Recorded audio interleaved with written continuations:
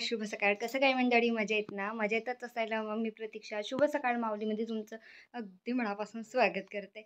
आणि तुम्हा सर्वांना हा दिवस आपला 1-2 दिवस लेट होऊ शकते. सो आज आहे होळी आणि तुम्हा सर्वांना हॅपी होळी. आज सकाळी उठतो म्हटलं, बट फोन स्विच ऑफ झाला आणि अलार्म काही वाजला नाही आणि राहिलं म्हणजे 5 वाजता उठतो तर तो थोडासा अलार्म वाजला नाही. आणि थोडं काल रात्री लेट पण झोपणं झालं, तर त्यामुळे जाग काही आला नाही, तर आज लेट झालं. आणि वरून सगळ्या गोष्टी आवरून आज कमीत कमी पुरण तरी शिजून झालं पाहिजे. तर पुरण शिजून झालं तर तिकडून आल्यानंतर 5 वाजता आल्यानंतर स्वयंपाकच राहते करायचा. आणि आज काही सुट्टी नाही, उद्यापासून 3 दिवस सुट्टी आहे. सो चला आत्ता पटापट मी कामं करते आहे, कारण पुरण म्हटलं ना तर खूप भारी काम वाटते.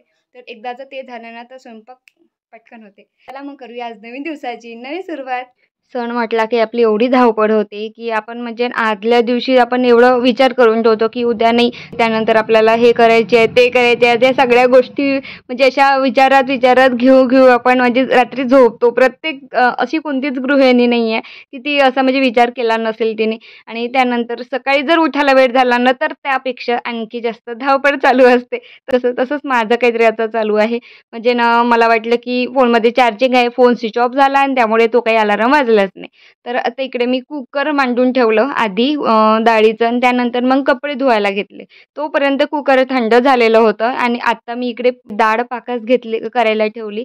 तर आधी मी त्यामध्ये विलायची होती, विलायची टाकली, साखर 3 ग्लास साखर घेतली आणि 3 ग्लास डाळ होती. सारख्याला सारखंच प्रमाण घेतलं. आधी मी घरचे जे काही छोटे डब्बे होते ते आधी पाहून घेतले की त्यामध्ये मला जायफळ मिळेल म्हणून. कारण मी अशाच छोट्या गोष्टीमध्ये जायफळ, सुंठ असे जे कधीतरी कामाला येते ते अशा म्हणजे प्लास्टिकच्या एका डब्यामध्ये ठेवते. तर ते काही होते नाही म्हणून मी दुकानातून जाऊन घेऊन आली. कारण जायफळ शिवाना मला तरी पुरणाची टेस्ट खूप कमी वाटते आणि या सगळ्या भानगडीमध्ये लाईन जाणं-येणं करत होती. सो मला पण असं वाटत होतं की आपलं म्हणजे व्हिडिओ नक्की होत आहे की नाही होत आहे. आणि स्वयंपाक म्हटलं ना खरंच खूप एवढी धावपळ होते. म्हणजे सणावाराच्या दिवशी म्हणजे कसं फोन चालू करून ठेवून दिला असं नाही. आता तरी भरपूर अशी सवय झाली मला. नाहीतर आधी ना कसं व्हायचं की म्हणजे फोन चालू करून ठेवायचा आणि तो म्हणजे बटनच नाही दाबायचे किंवा चालूच नाही व्हायचा आपला व्हिडिओ. तर त्यामध्ये असं होऊन जात होतं की अरे जे घ्यायचं तेच राहून गेलं. तर अशा सगळ्या गोष्टींमध्ये हळूहळू मला तरी भरपूर अशी सवय झालेली आहे. आता हे जे वाचलेली जायफळ आहे ते एका डब्यात ठेवते आणि त्यानंतर ज्या पुड्या आहे त्यामध्ये विलायची, लवंग आहे, तर ह्या पुड्या मी तशाच एकत्र ठेवणार आहे. पुरण शिजलं म्हणून मी कशी ओळखते, तर एवढं असं गाढं आपलं पुरण झालेलं आहे आणि हा चम्मच मी असा उभा ठेवते मध्यात. हा चम्मच बघा पडत आहे. जर हा चम्मच पडला समजायचं की आपलं पुरण पाकात आलेलं नाही.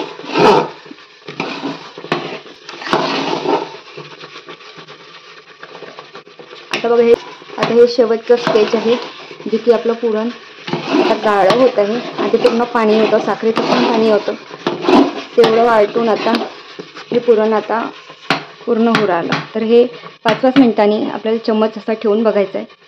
हे बघा आता खूप हळू चम्मच पडला म्हणजे आपलं पुरण हळूहळू येत आहे.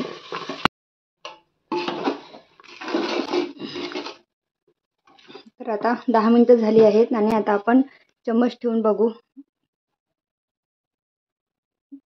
खूप वेळ झाला उभा आहे, समजायचं की आता आपलं पुरण झालेलं आहे पूर्ण रेडी. तर आता हे जे मी पुरण वाटते आहे तर ते बरोबर पाहताय तुम्ही माझ्या मिक्सरवरच वाटत आहे. म्हणजे कसं की पुरण यंत्र असतात, चाळणी असतात, मी सहसा चाळणीवर करते, पण मिक्सरवर करावं म्हटलं यावेळेस, कारण गॅरंटी घेतली होती त्या मिक्सर जिथून आम्ही घेतलं होतं तिथून. तर बघा खूप छान पुरण झालेलं आहे. मला पण विचार नव्हता केला की एवढं छान पुरण होतील म्हणून, कारण की मिक्सरवर सहसा तर नाहीच होत. बट खूप छान वाटतंय आणि खूप छान झालं पण पुरण. आणि दुसरी गोष्ट म्हणजेच जे मिक्सरवर आपण जे हे केलं आहे तर मिक्सर खराब होते असे भरपूर जणांचे प्रश्न असते. तर हे जे भरपूर जे वॅटचं असतं ना मिक्सर, तर त्याच्याने नाही होत, कारण की त्याच्यामध्ये तेवढी क्षमता असते की जास्त गरम बारीक करण्याची किंवा जास्त क्वांटिटीमध्ये बारीक करण्याची जे ताकद असते ना तर ती जास्त असते. त्यानंतर मी गॅस ओटा क्लीन केला, किचन झाडून घेतली, कारण कसं होते की जेव्हा बाहेरून येतो ना तर घर जर खराब दिसेल ना तर काहीच करण्याची इच्छा होत नाही म्हणून. आणि हे जे मी खडू फाडला पुरणाला, कारण की आधीच पुरण गोड आणि त्यामध्ये घरामध्ये मुंग्या जास्ती राहते उन्हाळ्यामध्ये, म्हणून प्रत्येक पदार्थात मुंग्या दिसणार आहे म्हणून.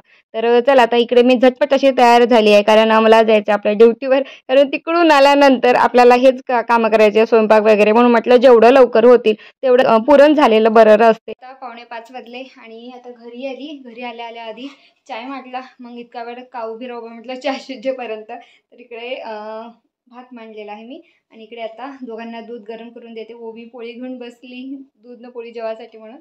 तर आता चाय पिऊन घेते आणि पटापट स्वयंपाकाची तयारी करते. कारण दानिशने वगैरे कपड्याच्या घड्या गेल्या, शाळेतून आले तेव्हा. आज हाफ डे होता स्कूलचा, हो ना ओवी? तर चला मग आता झाडत वाळत काढते आणि त्यानंतर स्वयंपाक चालू करून दे. तर भात एका साईडला ठेवला आणि त्यानंतर कढी फोडणी दिली. कढी शिजली, कढी आधी उतरवून घेतली. त्यानंतर भाजी फोडणी द्यायला लागली मी. आणि दोघांचं पण इकडे दूधनं पोळी जेवण झाल्यानंतर दानिश ओवी दोघंही मस्त करायला लागले. दानिश बाहेर गेला तर ओवीला मी आतमध्ये आणलं, कारण दोघं जण एका ठिकाणी असले ना तर डोक्याला अर्धा जास्त ताप असते. आणि ओवी होती तर ओवीला म्हणलं भांडे लावते का, तर ती इकडे न म्हणताच अशी भांडे लावायला लागली पटापट. आणि जे तिला लावता येत नाही तर ते गॅस ओट्यावर ठेवते की हे तू लाव म्हणून. आणि मग मी ते भांडे लावून ठेवते जागच्या जागी. तसं वर हात पुरत नाही तिचा. आणि जे खालचे भांडे असते ते लावून देते ती. आणि त्यानंतर सांभार आपल्या इकडे मी जे करत आहे तर ते भाजी आहे ते म्हणजे सार. कोणी कट पण बोलत असेल पुरणाचा, तर आमच्याकडे सार बोलते. तर मी सार केली आहे पुरणाची. एक एक पदार्थ जसं बनवून झाला तसं मी आपला गॅस ओटा जो आहे तो क्लीन करत घेते. नाहीतर पूर्ण स्वयंपाक झाल्यावर जो पसारा राहते ना तर तो आवरता आवरताच भरपूर वेळ जाते. आणि कसं एक पुन्हा अजून दुसरा पदार्थ करायला मला सोपं वाटते, की म्हणजे गॅस ओटा जर सगळा भरून असेल ना तर असंच वाटते मला की किती म्हणजे मी किती कामं करत आहे, किती बजबज आहे पूर्ण गॅस ओट्यावर.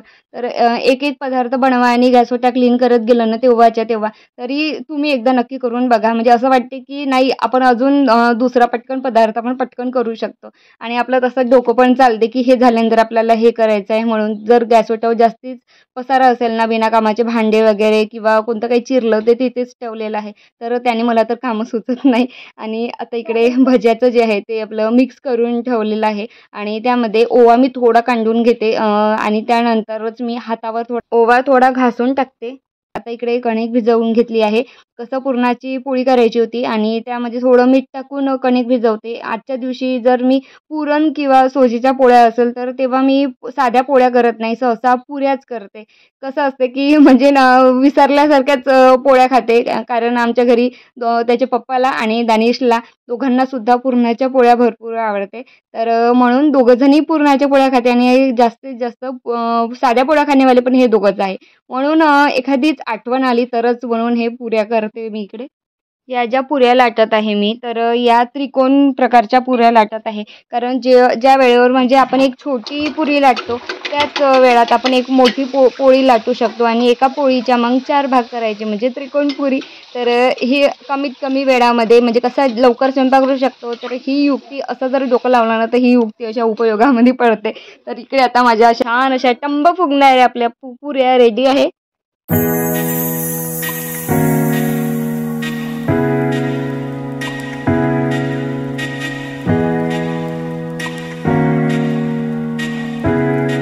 तर नेहमी मी अशाच पद्धतीने करते. आणि जर पोळ्या करायच्या असेल तर मग मी छोट्या छोट्या गोल पोळ्या करते. पण अशा वेळेस धावपळीच्या वेळेस मी चौकोनी पोळ्या करते. कारण आता थोड्या तरी एक पोळीच्या पुऱ्या करते, कारण विसरल्यासारख्याच आमच्या घरी पुऱ्या खाते. कारण पुरणपोळी सर्वांना आवडते. आणि त्यानंतर भजे काढून घेते. इकडे भज्याचं मिश्रण तयार आहे. तर आता इकडे मी भजे काढायसाठी घेतले. आणि भजे जसे म्हणजे आपल्या हाताला कोणाला असट पाहिजे, कोणाला थोडं निब्बर पाहिजे, तर त्या प्रकारे घेऊन आपण भजे नेहमीच काढतो. पण पहिल्यांदी जेव्हा गरम तेल असते किंवा थोडं गरम तेल पण नसते तर पहिला घाणा जो असते तो चांगला होत नाही. तर त्यामुळे थोडेच कमी टाका. म्हणजे जास्त तेल जर असेल गरम तर ते नॉर्मली टेम्परेचरवर येऊन जाते. म्हणून आणि एखादी जास्त पण झालं असेल जास्तच तर ते जळेल, तर कमीच भजे जळेल, म्हणून थोडेसेच टाका आणि ते काढून घ्या आधी. या पुरणाच्या पोळ्या करत आहे.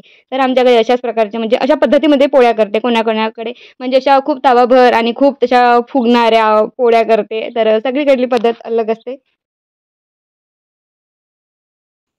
तर आता इकडे नैवेद्य काढून घेतलेलं आहे आणि गाईला नैवेद्य दिला.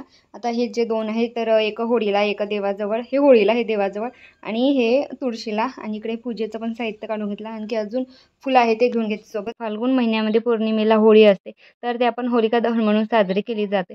आणि त्यानंतर जे आपले आचार-विचार, जे काही वाईट निगेटिव्ह असते घरामध्ये, आपल्या डोक्यामध्ये जे काही बारीक-सारीक वाईट सवयी आहेत, तर मला तरी असं वाटते की आपण या होळीमध्ये जळून राख व्हावं आणि चांगल्या उत्साहाने आपण नवीन वर्षाची नवीन सुरुवात करावी. आणि आम्ही तरी असा विचार केला होता की यावेळेस बिलकुल असं भांडायचं नाही आणि बघू आता कुठपर्यंत भांडणं होते आणि कुठपर्यंत नाही होत. तर चला मग आता हे जे होळी आहे तर भरपूर वेळा आधीच पेटली होती. म्हणजे कसं होतं की यांना पण चक्की लावायची होती आणि माझा पण थोडा स्वयंपाक व्हायचा होता, म्हणून आम्हालाच वेळ झाला. आणि त्यानंतर आता इकडे पूजा वगैरे करून घेत आहे, मुलांकडून सुद्धा करून घेतली.